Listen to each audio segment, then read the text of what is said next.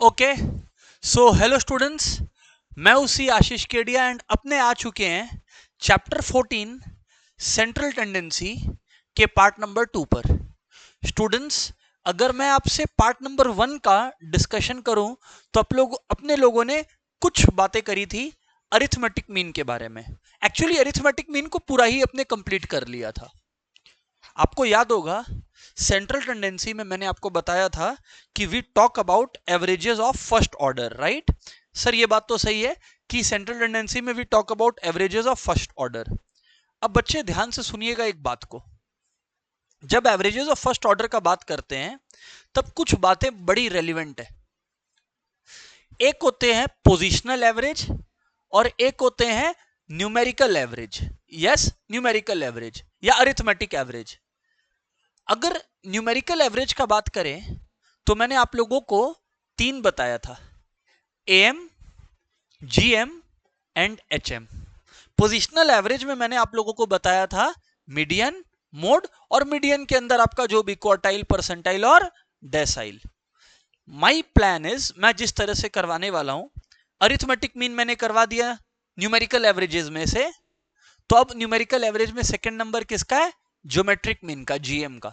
तो first let's talk about GM, then we will move to HM.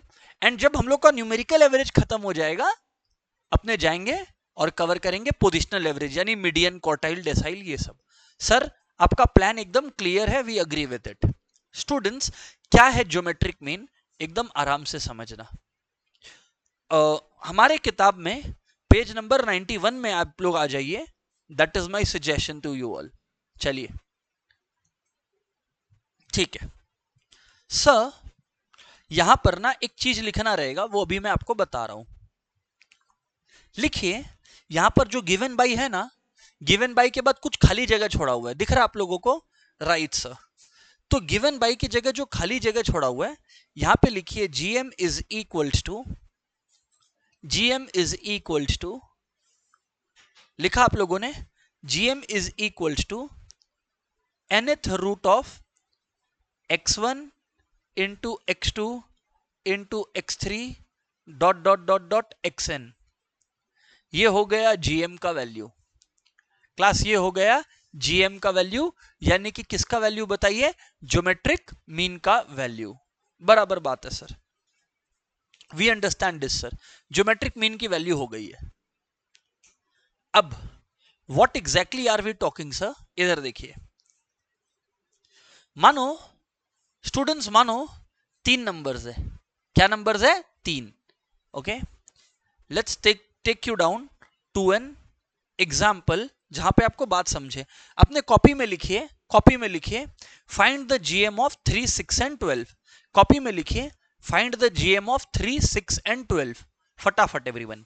GM मतलब geometric mean, GM मतलब geometric mean. Find the geometric mean of 3, 6 and 12। अब students, what I tell you all is, अगर GM of 3, 6 and 12 निकालना है, आपको कुछ नहीं करना है, जिन चीजों का ज्योमेट्रिक मीन निकालना है, जिन चीजों का ज्योमेट्रिक मीन निकालना है, उन चीजों को मल्टीप्लाई कर दो। कर दिया मल्टीप्लाई। अब मुझे ऑनेस्टली बताइए कितने ठो नंबर्स आपको दिख रहे हैं? 3। तो क्यूब रूट में 3 डाल दो, आई मीन 3 लिख दो यहां पे। अगर 4 होते तो यहां 3 की जगह क्या लिखा होता? 4। 5 नंबर्स होते तो 5। पर sir how do you find out the cube root then? यार क्या बात करते हो आप लोग भी, कमाल का है। 3 into 12 is 36। 36 into 6 is how much class? 216। कुछ गलत बोला मैं? नहीं सर, ठीक बोले, 216। अब बच्चे यहां क्यूब रूट डाला हुआ है। अगर क्यूब रूट डाला हुआ है तो आप लोगों ने करना क्या है? क्यूब रूट के लिए आप ऊपर क्या पुट करते हो बताइए? 1/3। अच्छा, अगर यहां 4 होता तो 1/4 पुट करता, 5 होता तो 1/5 पुट करता। क्या फर्क पड़ रहा है आपको? ठीक है सर। अब 216 को फैक्टराइज करना सबको आता है? फैक्टराइज करना मतलब क्लास इस तरह से लिख पाना, इस तरह से लिख पाना क्लास, है ना? तो आप लोग देखिए, मैं करके भी दिखा रहा हूं। नंबर आप लोगों ने सोच लिया होगा कुछ लोगों ने, पर I need to cater to everyone. 227, 39, 3331। अब बच्चे मैं ये कह रहा हूं पावर में तो 1/3 है, पावर में तो 1/3 है। अब आप लोग यहां देखिए 2 3 बार है और 3 3 बार है, तो 2 क्यूब, तो 2 क्यूब इंटू 3 क्यूब बराबर बात है।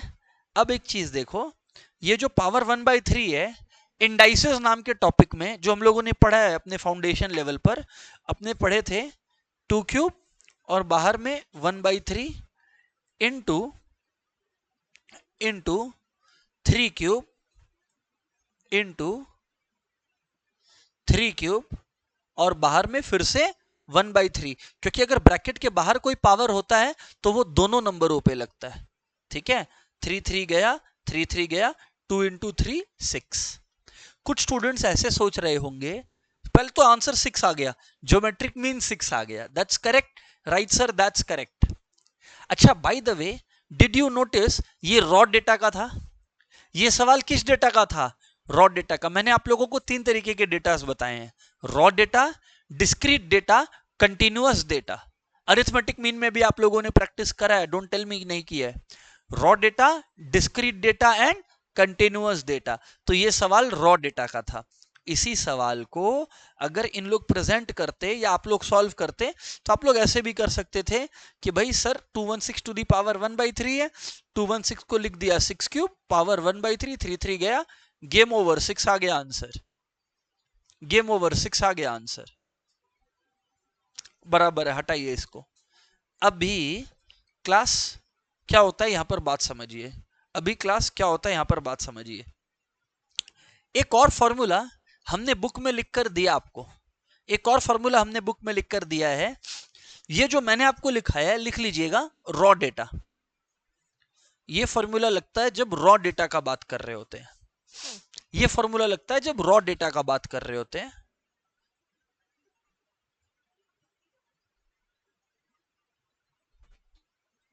ऑल गुड सर, सही है। तो अब हम आपको क्या कह रहे हैं कि अगर ये रॉ डेटा का बात कर रहे हैं, ये है आपका डिस्क्रीट डेटा का क्वेश्चन, ये है फॉर्मूला डिस्क्रीट डेटा का। अब डिस्क्रीट डेटा में तो फ्रीक्वेंसी दी हुई रहती है ना, हर वैल्यू की फ्रीक्वेंसी दी हुई रहती है। तो every value that has been given, जो भी वैल्यू आपको दिया हुआ है टू दी पावर उसका फ्रीक्वेंसी, जो वैल्यू दिया हुआ है टू दी पावर उसका फ्रीक्वेंसी। फिर से बोल रहा हूं, जो भी वैल्यू दी हुई है पावर उसका फ्रीक्वेंसी, जो वैल्यू दी हुई है उसका फ्रीक्वेंसी, और ब्रैकेट बंद करके पावर में 1/कैपिटल N। कैपिटल N का मतलब sum total of all the frequencies, capital N का मतलब sum total of all the frequencies. Sir चलिए चलिए चलिए, take us to the question sir, तब बात कुछ समझ में आए। ओके लेट्स गो, इधर ध्यान दीजिए। Find the GM of the following distribution, है ना। मैं भी क्या कर रहा हूं, जीएम और एचएम बता देता हूं, फिर अपने इंस्टीट्यूट के मटेरियल से, आईसीआई के बुक से खाली एएम जीएम एचएम का कुछ क्वेश्चंस ट्राई करेंगे। ओके चलो, find the GM of the following distribution. अब आ जाइए, देखिए क्या है। देखिए पहला तो डिस्क्रीट डेटा है, क्योंकि एक्स का वैल्यूज है और फ्रीक्वेंसी का वैल्यूज है। What did you all learn, बाहर में 1/सम टोटल ऑफ फ्रीक्वेंसी होता है, बाहर में 1/सम टोटल ऑफ फ्रीक्वेंसी होता है। 2 + 3 5, 5 + 3 8, 8 + 2 10, तो ये आ गया 1/10, ये आ गया 1/10। अब यदि ये एक बारी 1/10 आ गया क्लास, उसके बाद क्या है, x to the power f, x to the power f का मतलब यहां 2 है और पावर फ्रीक्वेंसी। तो ये वाला फॉर्मूला तब अपने को लगाना है जब we have been given with discrete data, ठीक है ना। तो यहां पर देखिए पावर फ्रीक्वेंसी यानी पावर 2 लगाया। ओके सर, फिर से आप लोग यहां देखिए x है और पावर 3 है, तो 4 to the power 3, 4 to the power 3 है, इनटू यहां 8 है, 8 टू दी पावर 3 है, इनटू 16 है, 16 टू दी पावर 2 है।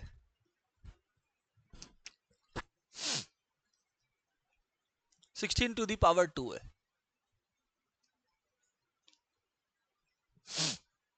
अंडरस्टूड है सर? समझ गए ना? फ्रीक्वेंसी हर बारी पावर में जाते जा रहा है। अब students I have a plan for it. मेरे पास एक प्लान है, मैं आपको बताता हूं इसे सॉल्व कैसे करते हैं। अगर आप सोचिएगा कि आप बैठ के मल्टीप्लाई करके इसको सॉल्व कर लीजिएगा तो you are in for a trouble. बहुत मेथोडोलॉजिकल हो जाएगा, लेंदी हो जाएगा। मैं आपको एक सजेशन देता हूं, 2 टू दी पावर 2 है, रहने दो 2 टू दी पावर 2, ठीक है। अब 4 क्या है? 2 टू दी पावर 2 है, तो 2 टू दी पावर 2 और बाहर 3 लिख दो। 8 क्या है? 2 टू दी पावर 3, बाहर 3 लिख दो। मतलब सब में बेस 2 बना दिया। हाँ, 16 है, 16 है, तो 16 में 2 टू दी पावर 4 है और बाहर 2 लगा दिया। अगर ये अंडरस्टैंडेबल है आपके लिए, यू सी समथिंग, बेस हर जगह 2 है, तो बच्चे अगर बेस हर जगह 2 है 2 लिख दिया। अगर मल्टीप्लाई होता है तो पावर्स ऐड होते हैं, तो यहां पावर 2 है, प्लस यहां 2 इंटू 3 है पावर 6 है पावर, प्लस यहां पे पावर क्या है? 3 इंटू 3 9 है, प्लस यहां क्या है पावर? 4 इंटू 2 8 है। ये हो गया। और बाहर में आपका 1/10 जो आना था वो आ रहा है, बाहर जो 1/10 आना था आ रहा है। अब पावर में 1/10 आ गया। Pay attention everybody, 2 plus 6 8, okay, 2 plus 6 8, 8 plus 8 16, 16 plus 9 25, that's correct. 2 to the power 25 आ रहा है, दैट्स करेक्ट सर।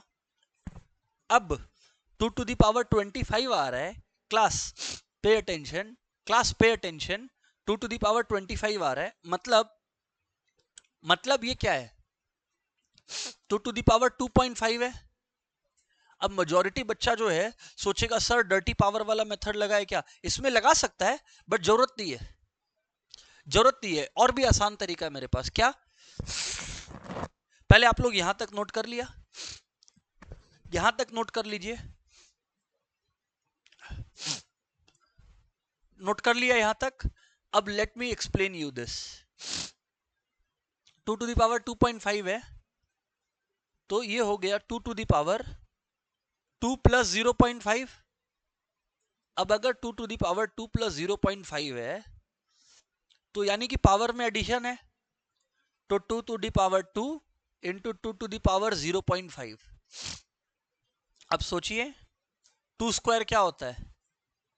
2 स्क्वायर क्या होता है? 4। और ये जो 2 टू द पावर 0.5 है, मतलब क्या है बोलो? √2 है। अरे 2 टू द पावर 0.5 क्या है? √2 है।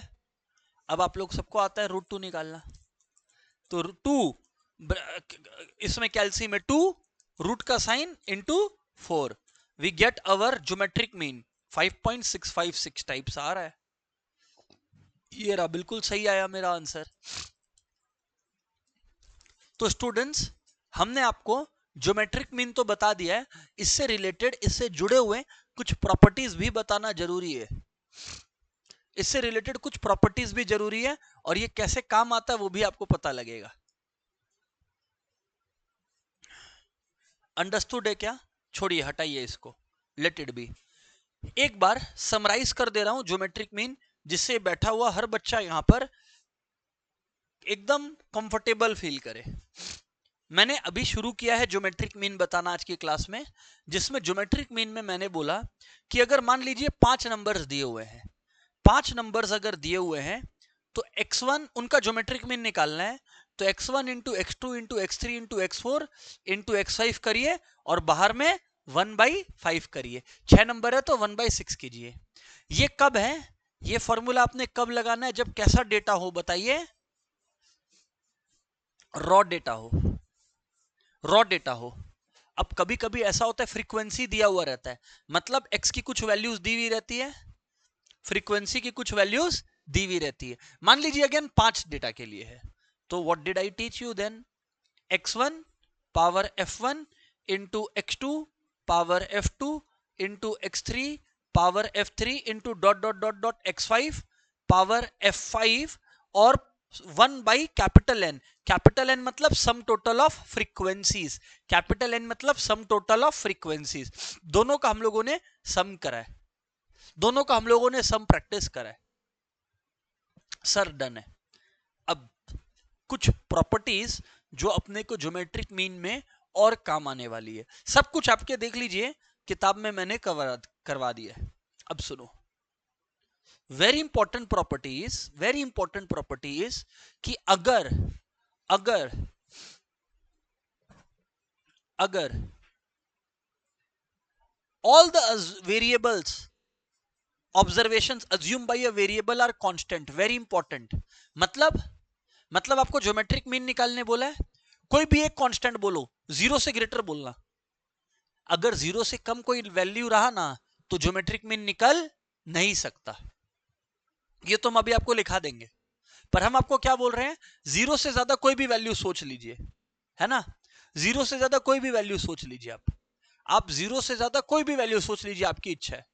5 सोच लिया, तो अब अगर सारे ऑब्जर्वेशंस 5 है तो ज्योमेट्रिक मीन भी 5 ही होगा।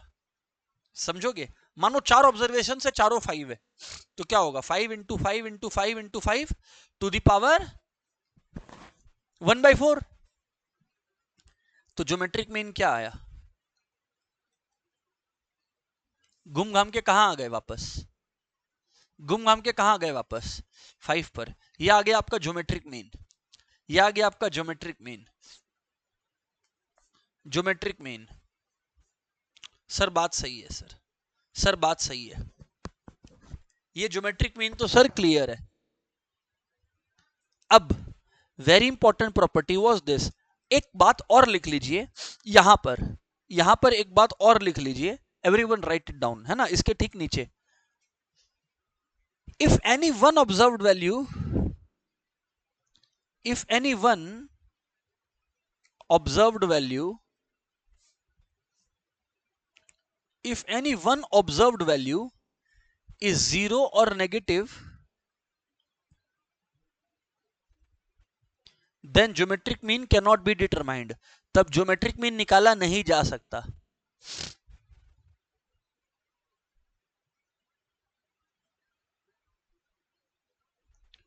cannot be determined, then geometric mean cannot be determined।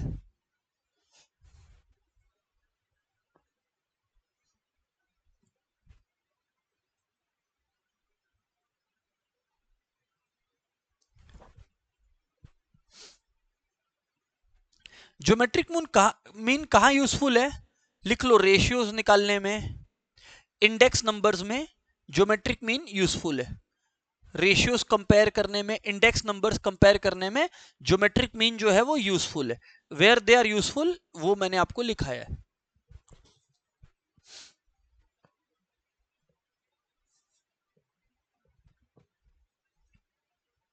Important बात तो था दोनों फॉर्मूलाज ही, इंपॉर्टेंट बात तो था दोनों फॉर्मूलाज ही। अच्छा, some other things to know, some other things to know, logarithm of G, logarithm of G मतलब geometric mean, logarithm of geometric mean for a set of observations is the arithmetic mean of logarithmic mean of the observations। Sir नहीं समझा, sir नहीं समझा, ये क्या बोला आपने, इधर आ जाओ समझाता हूं। ये है पॉइंट नंबर 1, कॉपी में आ जाइए आप लोग, सबको ही कॉपी में आ जाइए so that I can explain that. Point number 1 लिख लो, आप लोग ऐसे लिख सकते हो so that you can relate। GM book page 91.1 explanation, जिससे कभी भी फंसे तो यू हैव रेडीमेड रेफरेंस। आ जाइए, पेज 91 है ना बुक में मेरे, इसलिए ठीक है, समझिए।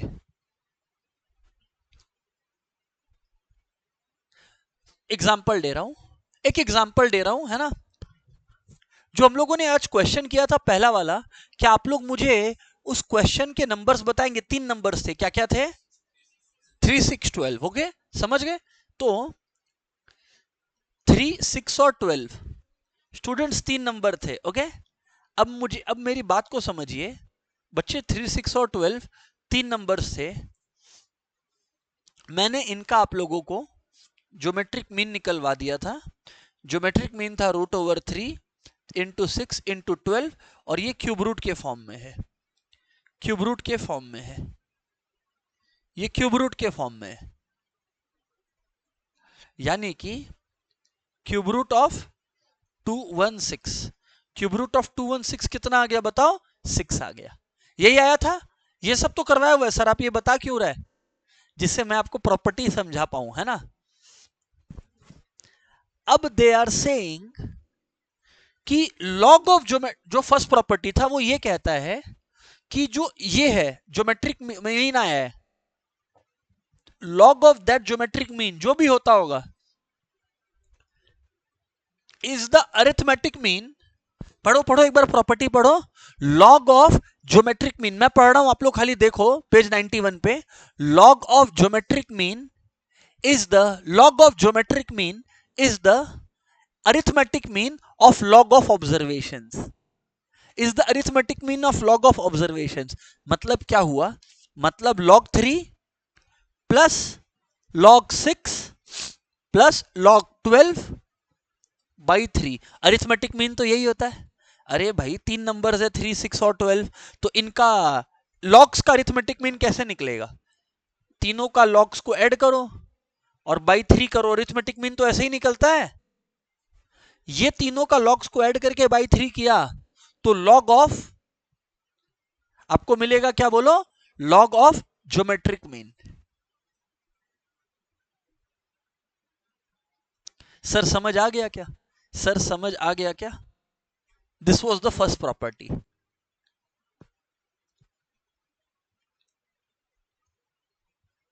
और बाकी दो प्रॉपर्टीज क्या लिखी हुई हैं वो मैं आपको बता दे रहा हूं। I just want people to note this down कि एक्सप्लेनेशन क्लियर हो कि सर ने क्या समझाने का कोशिश किया। एक्सप्लेनेशन क्लियर हो।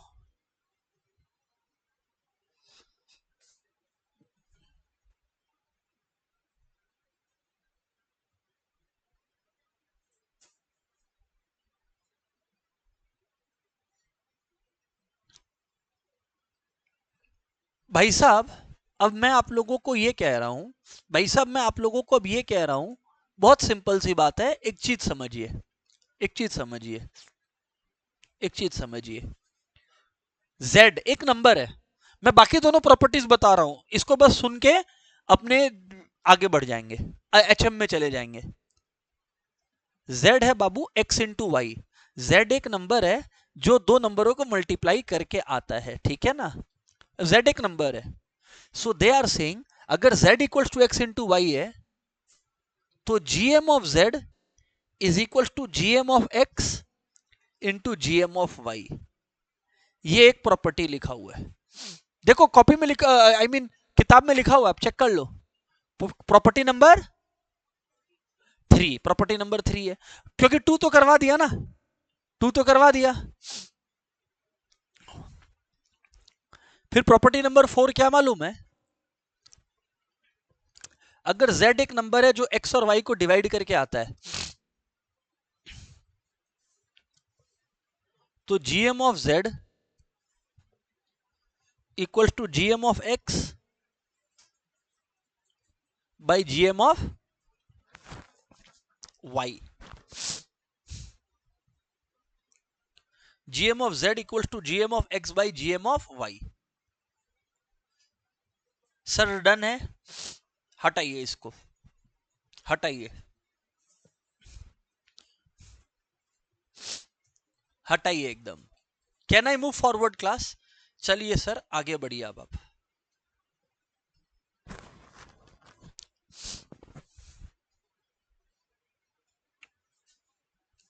लेट्स गो, हटाइए। Finally we are on to harmonic mean. क्या है बोलो? Harmonic mean. अच्छा, हार्मोनिक मीन लिख लो। Useful in averages such as average speed, such as average speed You will understand what I said right now.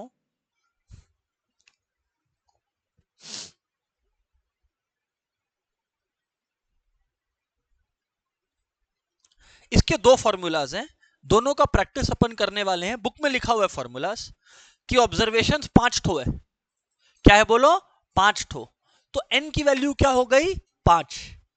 अब हर observation जो दिया है ना, उसमें 1 बाई 1 बाई 1 बाई 1 बाई करके you just add them up. Her observation में 1 by 1 by करके you add them up. Formula देख लिया? Let's practice it from ICI module only. मैं प्रैक्टिस कराता हूं। क्वेश्चन लिखिए आप लोग। Find the HM of find the HM of 4, 6 and 10. Find the HM of 4, 6 and 10. Copy में लिखेंगे find the HM of 4, 6 and 10. Everyone write it down. देखो जी, 4, 6 and 10. Students, क्या ये रॉ डेटा है? क्लास, क्या ये रॉ डेटा है? हाँ या ना जी? हाँ सर जी, रॉ डेटा है। बस रॉ डेटा है। कितने नंबर्स है? 3। तो जितने नंबर्स है पहले वो लिख लो न्यूमरेटर में। 3 नंबर्स है। अब इंडिविजुअली 1 बाई 1 बाई करके ऐड कर दो, गेम ओवर। 4 है तो 1 बाई 4, 6 है 1 बाई 6, 10 है 1 बाई 10। खेला खत्म, खेला खत्म।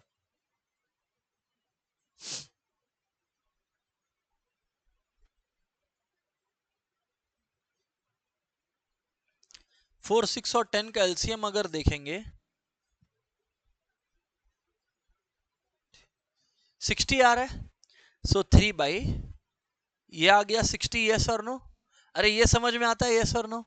अब ऐसी बात है, 60 बाई 4 15, 60 बाई 6 10, प्लस 60 बाई 10 6। अब जो 60 है वो ऊपर चला जाएगा, 3 इंटू 60 हो गया, फिर 15 और 10 25 और 6 31। तो 180 बाई 31 5.806 टाइप्स आया है।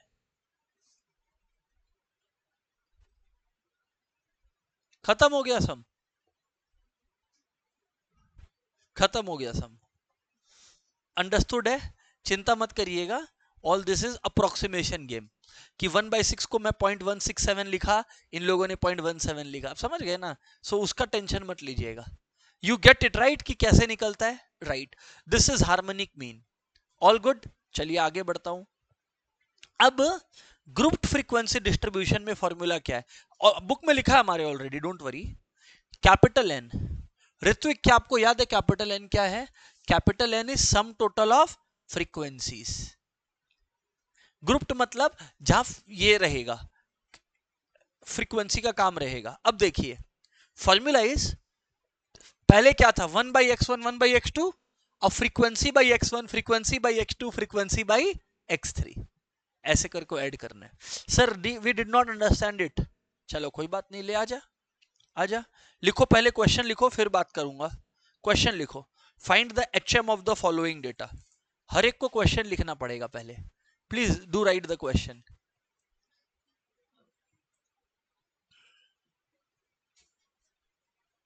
Do note the question.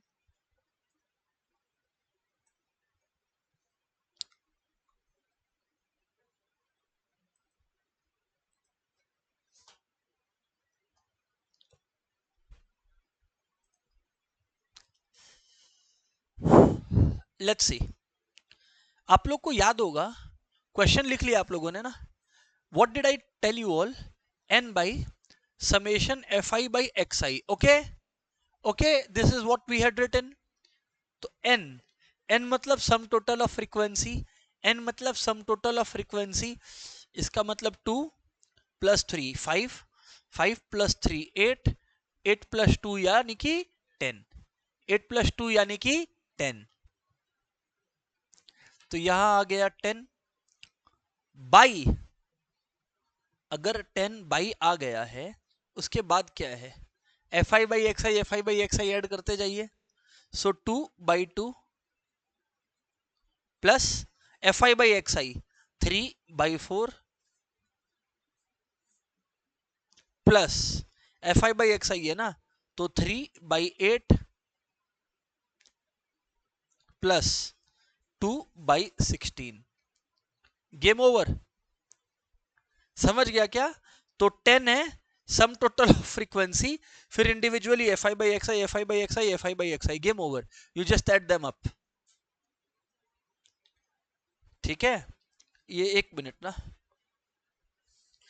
2/1 minute, f I by x i 2/2, फिर था 3/4, फिर 3/8 और 2/16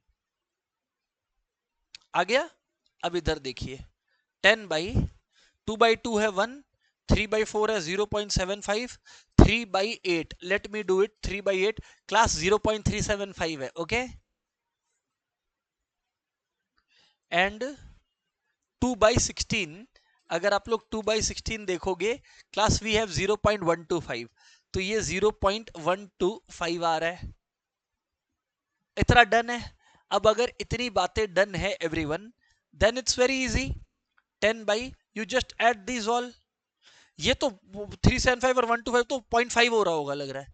0.5 है, 0.5 है और 1 है, 1.5 हो गया। 1.5 और 0.75, 2.25 आ रहा है क्या? 2.25 आ रहा है। देखिए क्या सही तुक्का बैठा, तो 4 पॉइंट समथिंग आ रहा है अपेरेंटली। 10/2.25, 4.44। मेरा आंसर तो ये आया। अरे वाह, क्या बात है, सही आंसर आ गया। Everybody, have you noted it down? कोई दिक्कत नहीं है? नहीं है सर। एचएम के अब कुछ प्रॉपर्टी है, ठीक है। एचएम के कुछ प्रॉपर्टीज है, वो आप लोगों को अब पढ़ने हैं। बुक में वापस आ जाइए हमारे, यहां तक प्रैक्टिस हो गया। एचएम में भी सेम कहानी है जो जीएम में था। एचएम में भी सेम कहानी है जो जीएम में था। सर नहीं समझा, क्या कहानी था? नहीं समझा।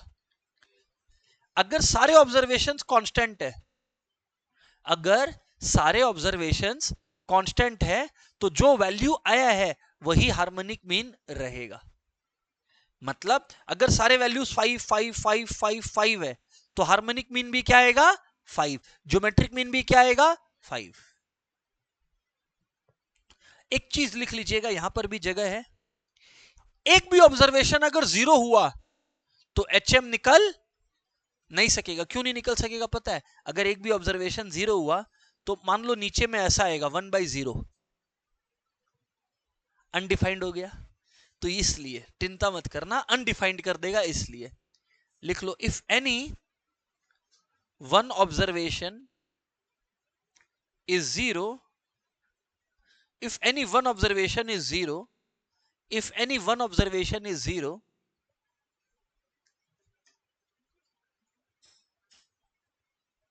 if any one observation is 0, HM cannot be found, HM cannot be calculated, HM cannot be calculated, HM cannot be calculated, cannot be determined, cannot be calculated। जो भाषा आपको पसंद हो लिखते रहो बैठ के।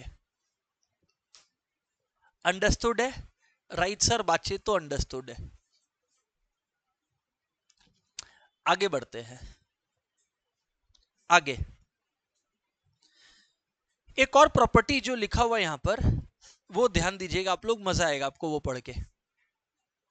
If there are two groups with n1 and n2 observations, मतलब एक ग्रुप है जिसमें n1 ऑब्जर्वेशन है, एक ग्रुप है जिसमें कितने ऑब्जर्वेशन है? n2।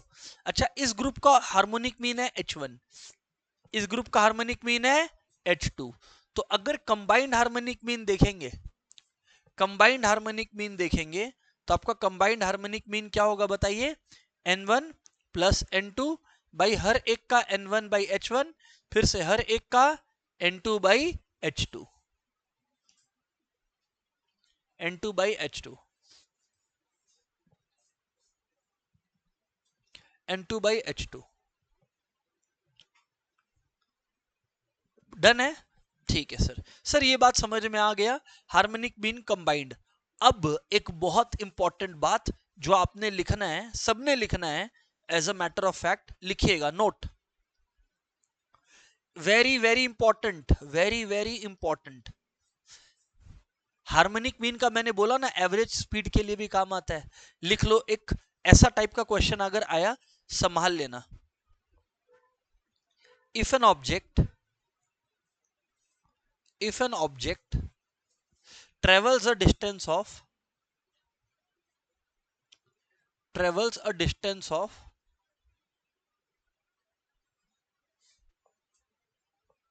travels a distance of की जगह लिखो at, travel the distance at x kilometers per hour,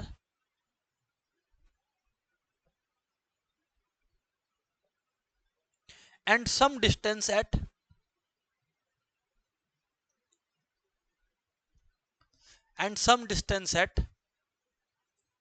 y kilometer per hour,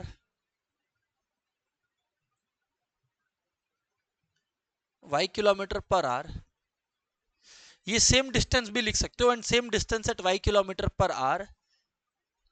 average speed होगी 2xy by x plus y. ऐसा क्वेश्चन है, एवरेज स्पीड होगी 2xy by x plus y, 2xy by x plus y. करवाऊंगा, आज है ये questions game में, don't worry, ठीक है। हाँ,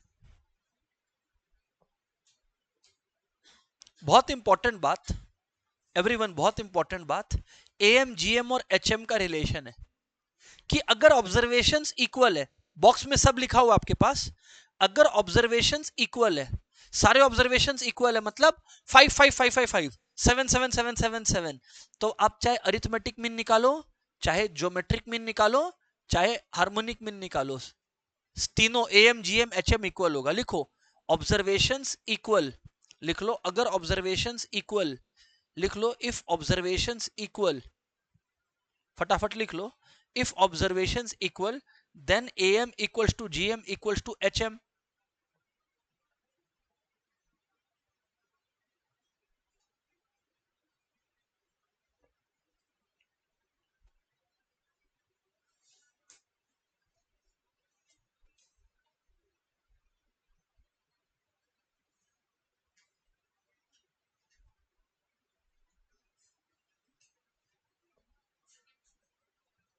डन है सर, डन है। If observations are equal, if distinct observations मतलब ऑब्जर्वेशंस अलग अलग वैल्यूज हैं, देन एएम जीएम से ग्रेटर होगा और जीएम हमेशा एचएम से ग्रेटर होगा। इसमें ये दोनों बातें लिखी हुई थी, तब एएम जीएम से ग्रेटर होगा और जीएम एचएम से ग्रेटर होगा।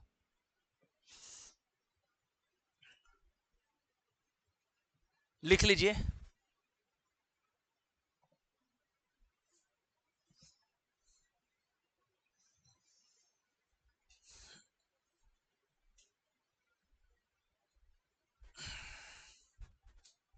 Done everybody, okay fantastic. अब सुनो, सुनना भी एक बात, ये सब तो डन है, now come back,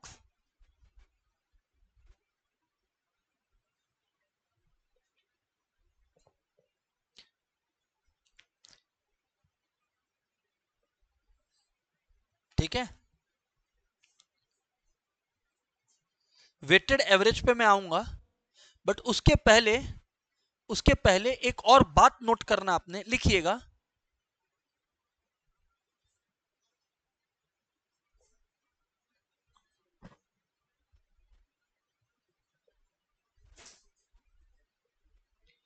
if two observation, copy में लिख सकते हो, if two positive observations are given, लिखो if two positive observations are given, observation मतलब दो वैल्यूज गिवन है, तब arithmetic mean into harmonic mean होता है ज्योमेट्रिक मीन का स्क्वायर। ध्यान रखिएगा, if two positive observations are given, arithmetic mean into harmonic mean is equals to geometric mean का square.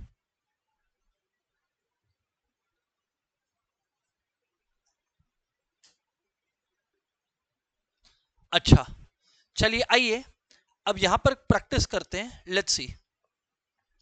AM and GM for two observations. Question लिखिए, copy में question लिखिए. AM and GM for two observations are, write it down, very important question. AM and GM of two observations are 5 and 4 respectively. AM and GM for two observations are 5 and 4 respectively. Find the two observations. Question लिखिएगा. AM and GM for two observations are 5 and 4 respectively. Find the two observations. आ जाओ भाई, इधर ध्यान दो. अब दो observations है और उनका अरिथमेटिक मीन कितना है 5.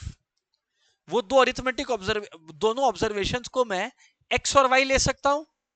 आज दो ऑब्जर्वेशंस है. लास्ट क्लास में हम लोग अरिथमेटिक मीन पे ही चर्चा किए थे. क्या आता नहीं है अपने को? कैसे निकलेगा arithmetic mean? x plus y by 2 लिख लीजिए इक्वल्स टू 5. अरिथमेटिक मीन आ गया. अरिथमेटिक मीन प्लेस हो गया. x plus y by 2 equals to 5. Students x plus y is equals to क्या आ गया बताइए? 10 आ गया. ये आ गया अरिथमेटिक मीन. ये आ गया अरिथमेटिक मीन. अभी अच्छा दूसरा क्या दिया हुआ था? Geometric mean. बच्चे ज्योमेट्रिक मीन अगर दो ऑब्जर्वेशंस है तो रूट ओवर ए बी होगा. सो बच्चे रूट ओवर ए बी मतलब हम लोगों ने ए बी नहीं लिया, एक्स वाई लिया. तो root over x y is equals to 4 है. Root over x y equals to 4 है. गलत बोला क्या? नहीं. Squaring both sides xy is equals to 16. xy equals to 16. अब देखो x प्लस वाई पता है, xy पता है, खाली क्या नहीं पता है बोलो? x और y. रियल लाइफ में तो जब एग्जाम होगा तो तुमको पता चल जाएगा. बोलो क्यों? क्योंकि ऑप्शंस देगा, दोनों ऑब्जर्वेशंस का ऑप्शन देगा. तो तुम दोनों ऑब्जर्वेशंस को ऐड कर लेना. 10 आना चाहिए, मल्टीप्लाई कर लेना चाहिए 16 आना चाहिए.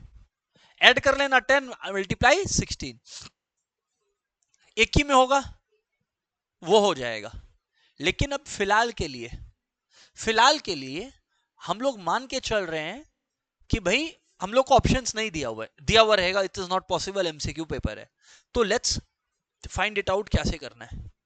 आप लोग को एक बात याद होगा, पे attention class, don't write it down वरना समझ नहीं आएगा.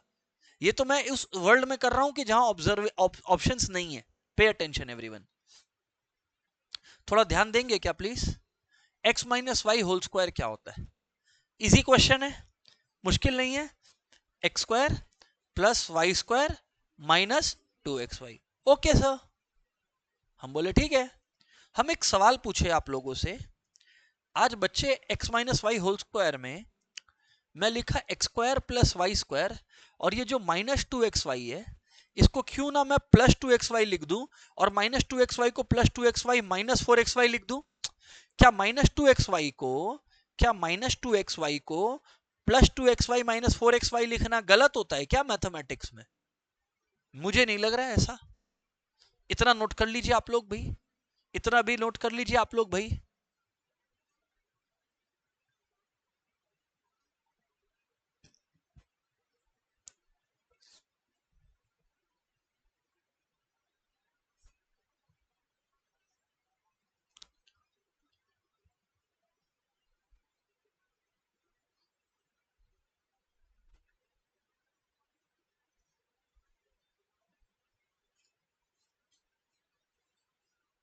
बात करूं? अच्छा क्लास x माइनस वाई नहीं पता ना मुझे नहीं पता x माइनस वाई. मैं क्या कह रहा हूं, ये पूरा x plus y whole square होता है, तो x plus y whole square हो गया माइनस 4xy हो गया. मतलब फर्स्ट स्टेप में ही तनिष्का मैं चाहता तो ये लिख सकता था, but that would have created some confusion. Okay, अभी ध्यान दीजिएगा Shivam. x minus Y whole square है. आज x प्लस वाई की वैल्यू आप सब जानते हो कितनी है? 10. सो भैया 10 square minus 4 times x y की वैल्यू कितनी है बताइए? 16 है. तो x माइनस वाई होल स्क्वायर इज 100 माइनस 64. दैट्स 36। और अगर रूट ओवर 36 आ जाए तो x माइनस वाई कितना आ गया, 6 आ गया। एक बार ये लिख लो, x माइनस वाई 6 आ गया।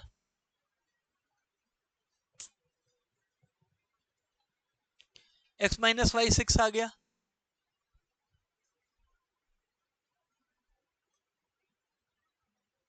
x माइनस वाई 6 आ गया। अब यहां पर ध्यान दो एवरीवन, x प्लस वाई 10 है और x माइनस वाई क्या है, 6। इधर ध्यान दीजिए, ये देखो यहां लिख दिया x minus y is equal to 6। Done है। अब देखो प्लस वाई माइनस वाई गया, 2x is equal to 16, x equal to 8। And अगर x प्लस वाई 10 है, x 8 है, तो y कितना है जी, 2 है। Game over. मतलब ऑप्शंस दिया हुआ रहता है तो ऐसे भी गेम ओवर है, but then it was good to do. Easy question है। ठीक है सर, ठीक है सर।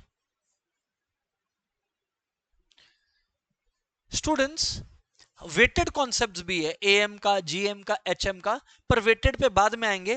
पहले इंस्टीट्यूट के मॉड्यूल में ही रहिए और आइए कुछ क्वेश्चंस करें, है ना, जो जो जिससे related we have knowledge, right. आ जाइए एक्सरसाइज बी में, आ जाइए सेट बी, आई मीन फटाक से आ जाइए। If there are 3 observations 15, 20 and 25, इधर ध्यान देंगे। If there are 3 observations 15, 20 and 25, then sum of deviation of observations from their arithmetic mean is। आप लोग बेवकूफ हो अगर आप लोग इसको सच में कोशिश करते हो सॉल्व करने का। पढ़े नहीं थे, याद करो, एएम का प्रॉपर्टीज चेक कर लो मेरा, एएम का properties, sum of deviations of observations from their arithmetic mean is always, check कर लो। इनफैक्ट मैं प्रूव भी किया हूं, last class we had already proved it. चलिए आ जाइए, ये मीडियन का है, मीडियन और मोड अपने किया नहीं है तो अभी तक स्किप करके चलेंगे, ठीक है ना। आ जाइए, कोई टेंशन नहीं है। What is the GM for the numbers 8, 24 and 40। अगर 8, 24 और 40 है, आज ही पढ़ाया हूं, कोई टेंशन वाली बात ही नहीं है। 3 नंबर्स है, ज्योमेट्रिक मीन निकालना है तो पावर में 1/3 आ जाएगा, और 3 नंबर्स है, तीनों को मल्टीप्लाई कर दो भाई, 8, 24 और 40। ठीक है, 8, 24 और 40 मल्टीप्लाई कर दो। अच्छा, अब आप लोग को इसको सॉल्व करना है ना, आपकी मर्जी, आप मल्टीप्लाई करके सोच सकते हो या ऐसे सोच सकते हो। 8 क्या हो गया बोलो, 2 का क्यूब। 8 क्या हो गया बोलो, 2 का क्यूब। 24 क्या होता है, 8 इंटू 3। 24 क्या होता है भाई, 24 8 इंटू 3 होता है, और 8 2 का क्यूब है, तो 2 का क्यूब इंटू 3। ठीक बोल रहा हूं, गलत बोल रहा हूं, ठीक बोल रहे हैं। अच्छा, अब 40 से रिलेटेड परेशानी है बच्चे, 40 को साइड में कर लो। ये देखो 40, 2, 20, 2, 10, 2, 2, 5। Am I correct class, am I correct class. तो अगर ये बात है, 3 2 है और 1 5 है, तो इधर लिख दिया 2 क्यूब इंटू 5। अब स्टूडेंट्स, बाहर में 1/3 है, तो जिन जिन का भैया, जिन जिन का एग्जैक्ट नंबर मैच खा गया, मतलब पावर क्यूब है, वो बाहर आते जाएंगे। जैसे ये 2 क्यूब है, तो ये 3 और 1/3 मल्टीप्लाई हो गया तो 1 हो गया, तो क्या बाहर आ गया, 2। फिर से इसमें भी ये 3 और 1/3 मल्टीप्लाई हो गया, बाहर क्या आ गया, 2। इसमें भी ये 3 और 1/3 मल्टीप्लाई हो गया, क्या आ गया, 2। 8 आ गया, 8 आ गया, और 3 इंटू 5 कितना है, 15। तो 15 को क्या लिखेंगे बोलो, क्यूब रूट ऑफ 15, यानी 8 times cube root of 15। 8 times cube root of 15।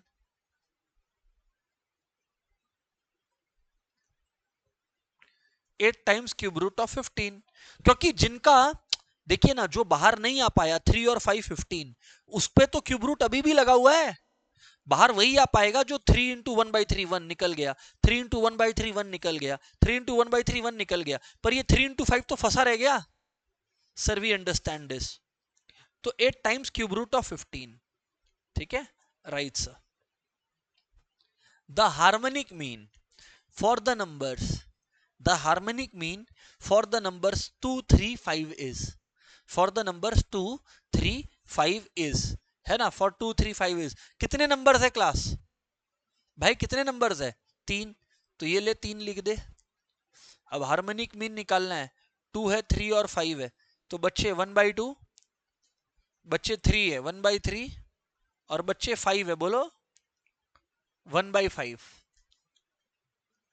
So 3 divided by 1/2 है 0.5, 1/3 है 0.33 एंड 1/5 है 0.20। परफेक्ट है भाई। अब अगर बात इतना परफेक्ट है भैया, तो फिर क्या, 3 बाई ये आ गया 0.5 प्लस ये 0.83, 0.83 प्लस 0.2 यानी 1.03, 1.03। अब अगर 3 बाई 1.03 आएगा तो 2.91 टाइप्स आ रहा है, 2.91 के करीब कुछ तो होगा। बस हो गया, खत्म, हटाओ। अब अप्रोक्सीमेशन है तो थोड़ी हम बैठ के देखते रहेंगे अप्रोक्सीमेशन। अच्छा अब देखो ना, जैसा सम अभी करवाया ना लॉन्ग स्टेप में x प्लस वाई वाला, अब ये देखो इसमें मजा आएगा, है ना। If am and gm for two numbers are 6.5 and 6, तो दो नंबर्स जिसका पहले अरिथमेटिक मीन 6.5 है, देखो 6 और 7/2, 9 और 4/2 इसका भी है, 10 और 3 का भी अरिथमेटिक मीन है, 8 और 5 का भी अरिथमेटिक 6.5 है। तो अरिथमेटिक मीन से तो चेक नहीं हो रहा, पर ज्योमेट्रिक मीन, ज्योमेट्रिक मीन तब होगा जब दोनों नंबर्स को आपस में मल्टीप्लाई करें और उनका रूट कर दें। 6 इंटू 7 42, रूट 42 नहीं निकलेगा। 9 इंटू 4 36, रूट 36 क्या होता है 6। ये ले आ गया, यही आंसर है, बी ही आंसर है। ए सी डी हटा दिया, बी ही आंसर है, बी ही आंसर है।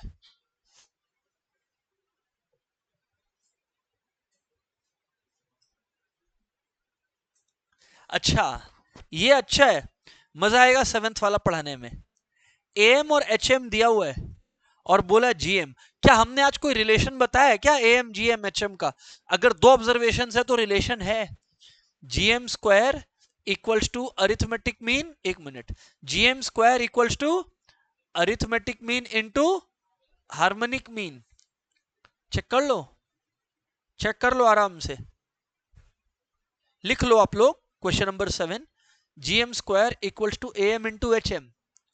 सो बच्चे जीएम हो गया root over M into H M, so you get GM as, M की वैल्यू है 5 और just a minute H M की वैल्यू है 3.2, सो 5 इंटू 3.2 रूट 16 आ रहा है, तो रूट 16 आ रहा है तब तो 4 ही होगा आंसर, 4 आ गया। अच्छा ये क्वार्टाइल मैंने नहीं पढ़ाया, छोड़ दीजिए, डेसाइल भी नहीं पढ़ाया, जो नहीं पढ़ाया उस पे क्या माथा लगाना, छोड़ दीजिए। हाँ नंबर 10 पर आइए, नंबर 10 लिख लीजिएगा अपने कॉपीज में भी कि ये सब होते जा रहा है, वरना रिकॉर्ड नहीं रहेगा, कुछ नहीं बचेगा फिर एग्जाम टाइम रिवाइज करने के लिए। If there are two groups containing 30 and 20 observations, last class से सवाल है, having 50 and 60 as arithmetic means, what is the combined arithmetic mean? तो मैं आपको समझाता हूं क्या है। n1 है 30, n2 है 20, है ना। अच्छा अब पहला जो ग्रुप है उसमें कितना अरिथमेटिक मीन है बोलो 50, तो यानी x1 बार आपका कितना चल रहा है 50, x1 बार चल रहा है 50, x2 बार चल रहा है कितना बताइए 60। पूछ रहा है कंबाइंड अरिथमेटिक मीन बताओ, बोलो पूछा भी क्या पूछा, x bar equals to n1 x1 bar plus n2 x2 bar by n1 plus n2, तो बच्चे n1 इंटू x1 बार यानी 30 into 50 plus n2 into x2 बार यानी 20 into 60 by n1 plus n2। n1 plus n2 मतलब 30 plus 20।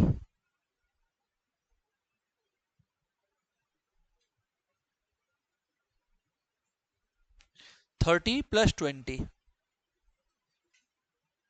यानी कि 1500 plus 1200। 1200 आ रहा है, 1200 आ रहा है, whole divided by 30 plus 20 that's 50। So 2700 by 50। 0 गया, 270 बाई 5 कितना आ रहा है?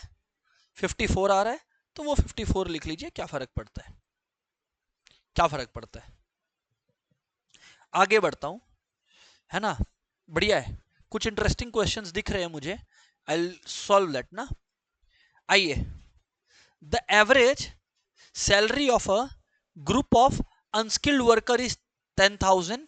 अच्छा है, that of group of skilled workers is 15,000। Combined salary है, तुम समझा, दो ग्रुप्स है और एवरेज है, मतलब किसका सम है बोलो? कंबाइंड अरिथमेटिक मीन का। सर आप कैसे पता लगाया? अरे भाई दो ग्रुप है और दोनों ग्रुप का अलग अलग एवरेज है और एक हम लोगों को कंबाइंड एवरेज दिया है। अब का क्वेश्चन ही तुमको बोल दे क्या कि भाई कंबाइंड अरिथमेटिक मीन। ये क्वेश्चन बढ़िया है, it's a good grade question. Copy में करिएगा, लिख लीजिए नंबर 11 पहले, लिख लीजिए नंबर 11 पहले, लिख लीजिए नंबर 11 पहले, ठीक है। क्या लिखा है? The average salary of a group of unskilled worker is 10,000 and that of a group of skilled workers is 15,000। ठीक है। If combined salary is 12,000, what is the percentage of skilled workers? What is the percentage of skilled workers? आ जाओ, unskilled और skilled है, आ जाओ, मैं आपको लेकर चलता हूं यहां पर, इधर आ जाओ,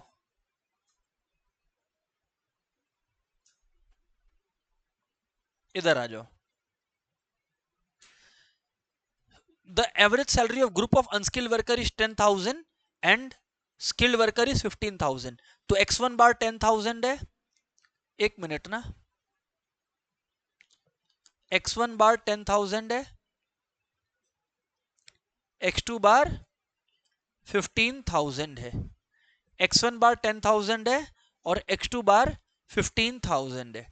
कंबाइंड सैलरी है 12,000, कंबाइंड सैलरी है 12,000। अगर कंबाइंड सैलरी है 12,000, अगर कंबाइंड सैलरी है 12,000, क्वेश्चन ने क्या पूछा है, मैं लिख के रख रहा हूं ना सब, परसेंटेज ऑफ स्किल्ड की unskilled, percentage of skilled workers. ठीक है, ठीक है भाई, कैसे निकालना है परसेंटेज ऑफ स्किल्ड वर्कर्स, वो देखा जाएगा। परसेंटेज ऑफ स्किल्ड वर्कर्स निकालना है। चल ठीक है, मैं जो जानता हूं मैं वो लिखता हूं, आप लोग तो जो जानते हैं उससे ज्यादा कुछ नहीं कर सकते हैं। चलिए आइए बच्चे, x बार यानी combined mean is equals to n1 times x1 bar, is that correct, plus n2 times, plus, hold on, plus n2 times x2 bar by n1 plus n2। Am I correct? Yes sir you are correct. 12,000 combined mean है, मैंने यहां पर 12,000 लगाया। n1 मुझे मालूम नहीं, x1 मुझे मालूम है, फिर से n2 मुझे मालूम नहीं, x2 बार मुझे मालूम है, 15,000 है, और मिला के कितने लोग हैं मुझे नहीं मालूम, n1 प्लस n2 लोग हैं। मैं कह रहा हूं n1 प्लस n2 लोग हैं, क्या फर्क पड़ता है? इतना नोट कर लीजिएगा class. I am solving question number 11 if I am correct, exercise B question 11 ICI। Address लिखा हुआ होना चाहिए आपके कॉपीज में बढ़िया से, कि वो क्वेश्चन देखना है तो तुरंत रेडी है आपके पास रेफरेंस। आज आपको लग रहा होगा क्या करेगा लिख के, समझ गया ना, जब जब एग्जाम टाइम पे रिवाइज करने का टाइम आएगा ना, तब नर्वसनेस आएगा, जा तेरा कुछ मेंटेन ही नहीं किए थे। Make sure you don't go through that. चलो आगे बढ़ते हैं, हटाइए students. 12,000 into n1 plus n2 यानी 12,000 n1 plus 12,000 n2 equals to 10,000 n1 plus 15,000 n2। अभी क्लास मैं एक सिंपल बात जानता हूं, एक सिंपल बात जानता हूं, n2 को इधर बुला लो, है ना, जैसे भी, जैसे n1 है 10,000 n1 इधर बुला लो, सो 12,000 n1 माइनस 10,000 n1, है ना, minus 10,000 n1 is equals to 15,000 n2 minus 12,000 n2। अगर ये बात सही है, that implies 2000 n1 is equals to 3000 n2। तो अब बच्चे इधर तक अगर लिख लिया है तो n1 बाई n2 क्या आ गया आप लोगों का, 3030 गया, 3/2 आ गया, 3/2। रुक जा, अगर n1 बाई n2 3/2 आ गया यानी रेशियो क्या हो गया बोलो, 3:2। सम खत्म हो चुका है। मतलब n1 क्या था, अनस्किल्ड वर्कर, n1 क्या था, n2 क्या था, स्किल्ड वर्कर। तो हर 3 अनस्किल्ड पे 2 स्किल्ड है, तो परसेंटेज निकालना है। तो यानी 2 अनस्किल्ड 2 स्किल्ड लोग हैं, अगर टोटल कितने लोग हैं, 5 है, तो 2/5 into 100, दैट्स करेक्ट, 40%। कुछ भी परसेंटेज में ले जाना है तो इंटू 100 करना पड़ता है, नोट कर लीजिए, कोई दिक्कत नहीं है।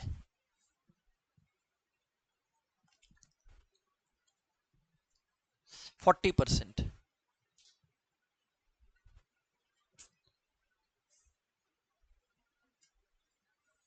हो गया, खत्म। आगे बढ़ते हैं। Good question, I like this question. Question number 12 देखिए, आज ही पढ़ा हम लोगों ने। If there are 2 groups with 75 and 65 as harmonic means, 75 and 65 as harmonic means, okay, यानी ये हो गया H1, ये हो गया H2। अरे जैसे कंबाइंड कंबाइंड अरिथमेटिक मीन होता है, अगर आप लोगों ने ध्यान दिया था तो आज कंबाइंड हार्मोनिक मीन भी बताया था। क्या था, जिसने नहीं नोट किया याद कर लो। Combined harmonic mean is n1 plus n2 by n1 by h1 plus n2 by h2, combined harmonic mean. Is that correct sir, बात सही है। सो अब हम क्या कह रहे हैं आपको, n1 बाई h1 है ना, कंटेनिंग 15 एंड 13 ऑब्जर्वेशंस। तो 15 ऑब्जर्वेशंस है, तो पहले तो आप लोग ये समझो n1 प्लस n2 करना है, यानी क्या करना है बोलो, 15 plus 13 number of observations add करना है। पहले क्या करना है बोलो, नंबर ऑफ ऑब्जर्वेशंस ऐड करना है, फिर हर ऑब्जर्वेशन डिवाइडेड बाई उसका हार्मोनिक मीन, यानी 15 डिवाइडेड बाई इसका हार्मोनिक मीन है 75 और 13 डिवाइडेड बाई इसका हार्मोनिक मीन है 65। बराबर बात है क्लास, अगर आप ध्यान देंगे 15 प्लस 13 कितना है बताइए, 28। 15 बाई 75 क्या है, 1/5, क्या है 1/5 है। 13 बाई 65 क्या है बोलो, 1/5 है। सो यानी कि 28 बाई 2/5 लिख लीजिएगा, 28 बाई 2/5। अगर 28 बाई 2/5 है तो यानी ये हो गया 28 इंटू 5/2। 14 इंटू 5 क्या होता है, गेम ओवर। 14 इंटू 5 है 70, गेम ओवर।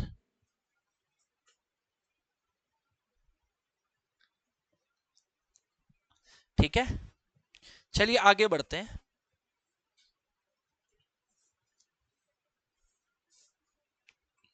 uh, 70 आ गया, that's done. I come back to my favourite question now. ठीक है, फेवरेट क्वेश्चन नंबर 14। आ जाइए क्वेश्चन नंबर 14 पे।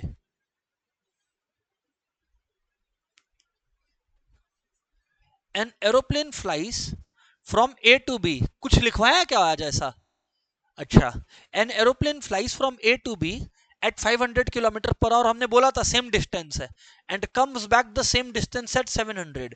अब बच्चा लोग क्या मिस्टेक करता है, एवरेज स्पीड निकालना है, 2 स्पीड दिया है, 500 प्लस 700 बाई 2 करो, ऐसा करना स्पीड के केस में ऐसा नहीं करना। तो what is the formula that I taught you? 2x1 x2 by x1 plus x2। मतलब मैं xy लिखाऊंगा, बात समझ रहे हैं ना? यानी कि 2 इंटू दोनों स्पीड्स को मल्टीप्लाई करिए। कभी भी स्पीड्स का एवरेज है तो यही करना है। 500 इंटू 700, 2 इंटू 500 इंटू 700 करेक्ट है, बाई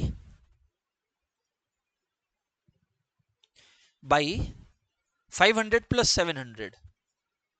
एवरेज स्पीड निकालना है तो ऐसे ही निकालना है। उस समय शॉर्टकट्स वोंट वर्क, ठीक है? सो 2 इंटू 35 है ना, 5 7 35, 4 0 है और 1200 है। 2 0 गया, 2 0 गया, 2 6 आ, फिर 3500 बाई 6 कुछ डेसिमल वाला खेल लग रहा है। 583.33 is the correct answer. Not 600, mind you. Not 600, mind you. चलो नेक्स्ट क्वेश्चन कराता हूं, इधर देखिएगा। ये आज किया हुआ भी है। क्वेश्चन नंबर 19 प्रॉपर्टी बेस्ड है। क्वेश्चन नंबर 19, बाकी सब होमवर्क है। हाँ, जो स्किप करा रहा हूं सब होमवर्क है। मीडियन और मोड का रहा स्किप कर दीजिएगा, क्योंकि मीडियन मोड अभी तक किया नहीं है, ठीक है? करेंगे अपने। ये देखो 19, gm of x is 10, gm of y is 15, तो gm ऑफ xy क्या होगा? दोनों को मल्टीप्लाई चेक कर लो, आज लिखाया हूं। gm of xy is gm of x into gm of y। तो अगर x का gm पता है, y का gm पता है, xy का gm चाहिए, तो 10 इंटू 5 कितना आ रहा है? 15, 150। Came over.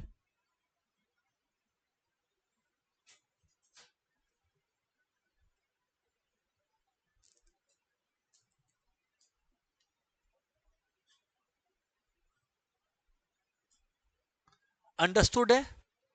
Right sir. तो ये हो गया। हाँ, मैं आप लोगों को एक बात बता दूं, थ्योरी में आ जाइए, ए में, थ्योरी में ए में आ जाइए एकदम। Everyone come back. कुछ थ्योरी के क्वेश्चंस है which I want you all to have a knowledge of, है ना? चलिए देखिए इधर पे, measure of central tendency measures what? Central location of the observations। लिखते जाओ 1b, central location of the observation। Central tendency और क्या मेजर करेगा? Central location of the observations.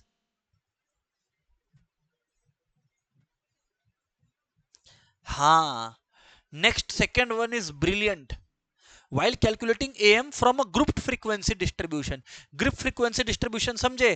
Class interval है 0 से 10, 10 से 20, 20 से 30, और फ्रीक्वेंसी दिया है, मानो 2 3 1 कुछ भी दिया है। क्वेश्चन क्या है?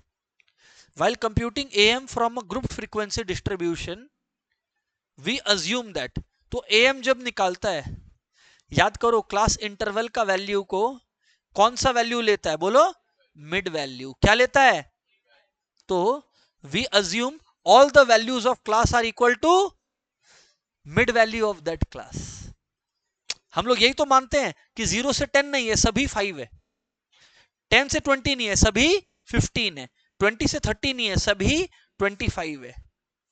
अगर आप लोग कंसिस्टेंट हो क्लास में तो you know we have discuss this, last class ही था। आगे बढ़ते हैं, लेट्स ट्राई इट आउट, है ना? हाँ sir. Which of the following statement is wrong? Mean is rigidly defined, मतलब मीन का डेफिनेशन है, बिल्कुल ठीक है। Mean has mathematical properties, that is okay, पर mean is not affected due to sampling fluctuations. ये सही है कि गलत है? गलत है। सैंपलिंग फ्लक्चुएशंस मतलब आज एक बार आपने सैंपल निकाला 6 4 और 3 आया, हाँ, अगली बार आया 10 2 और 1, तो आप बोल रहे हो कि दोनों का मीन सेम आएगा क्या?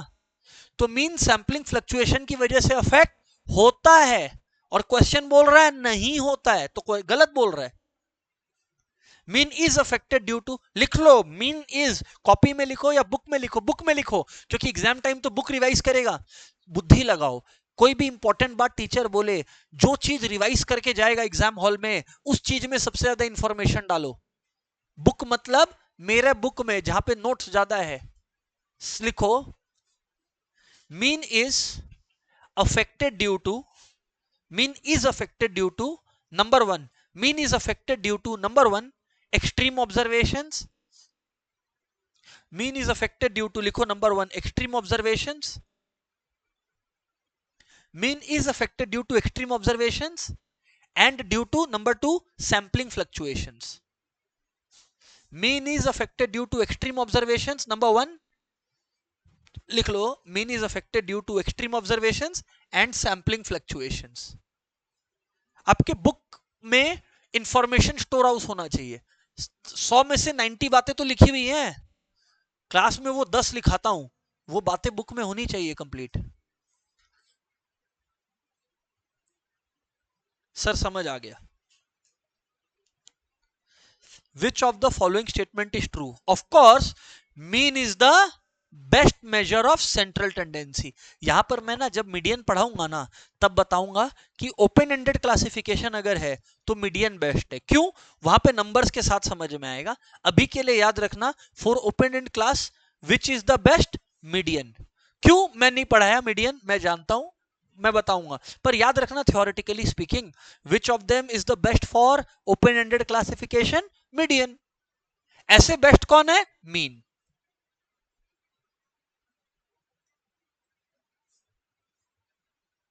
अंडरस्टूड है?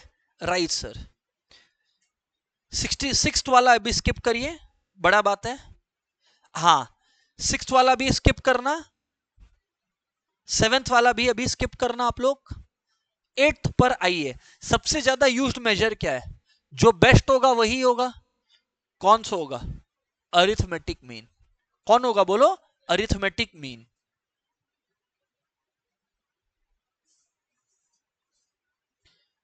फिर स्किप करना, जो मैं आपको बता रहा हूं वो वाला करना अब आप लोग। विच of the following is the best method for finding the average rates. याद रखिएगा, ज्योमेट्रिक मीन और हार्मोनिक मीन एवरेज दोनों अच्छा निकालते हैं, दोनों एवरेज रेट्स के लिए बेस्ट है। कौन? ए ज्योमेट्रिक मीन और harmonic mean, both are best for average. मैंने लिखा भी है, याद रखिएगा। जीएम लिख लो, फिर से लिख लो बुक में एक बार, इसी चैप्टर में। GM HM both are good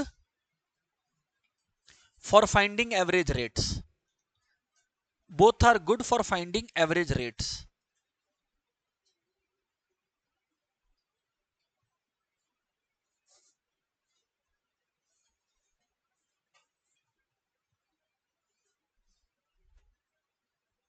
आगे बढ़ते हैं, आगे बढ़ते हैं।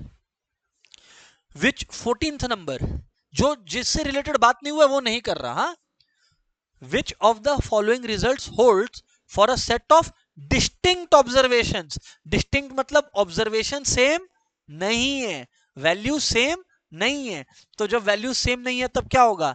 Am is greater than GM is greater than HM.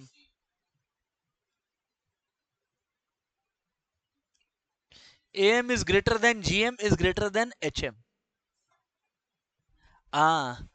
15th करके बताओ, तुम्हारा बुद्धि टेस्ट होगा, तुम्हारा बुद्धि टेस्ट होगा।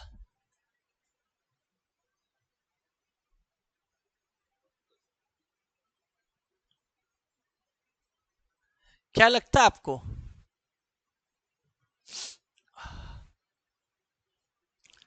Let's see. अगर आप लोगों ने बुद्धि लगाया था तो आपको पता रहता आंसर जीएम होगा। मैंने आपको बताया था कि जब पॉजिटिव और नेगेटिव वैल्यू, एक भी वैल्यू नेगेटिव रहे तो ज्योमेट्रिक मीन कैलकुलेट नहीं हो सकता। लिखाया है, कॉपी में लिखाया है। तो अगर प्रॉफिट प्लस है तो लॉसेस क्या है? अरिथमेटिक मीन तो तब भी निकल जाएगा। अरे एक चीज 10 है और एक चीज -6 है, तो लेना 10 प्लस -6/2 कर दिया मैं। पर मैंने बोला था अगर एक भी ऑब्जर्वेशन नेगेटिव है तो ज्योमेट्रिक मीन कैलकुलेट, और अगर एक भी ऑब्जर्वेशन जीरो है तब भी ज्योमेट्रिक मीन भी कैलकुलेट नहीं होगा, और तब तो हार्मोनिक मीन भी कैलकुलेट नहीं होगा। अगर जीरो है ज्योमेट्रिक मीन भी नहीं होगा, और आप लोग को चाहिए कि डायरेक्टली आ जाए, कैसे पॉसिबल है? क्वेश्चन ने इनडायरेक्टली क्या बोला, एक भी लॉस हुआ मतलब एक भी नेगेटिव वैल्यू आया।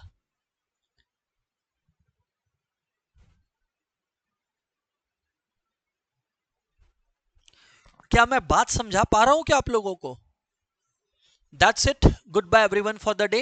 अगली क्लास में वेटेड एवरेज और मीडियन और मोड से रिलेटेड बातें होंगी, जिससे सेंट्रल टेंडेंसी पूरा कंप्लीट हो जाएगा। And it's good we are giving this much time, क्योंकि सेंट्रल टेंडेंसी से जैसे मैंने बताया आपको क्वेश्चन आते हैं 5 से 6 नंबर के। That's it, good bye everyone.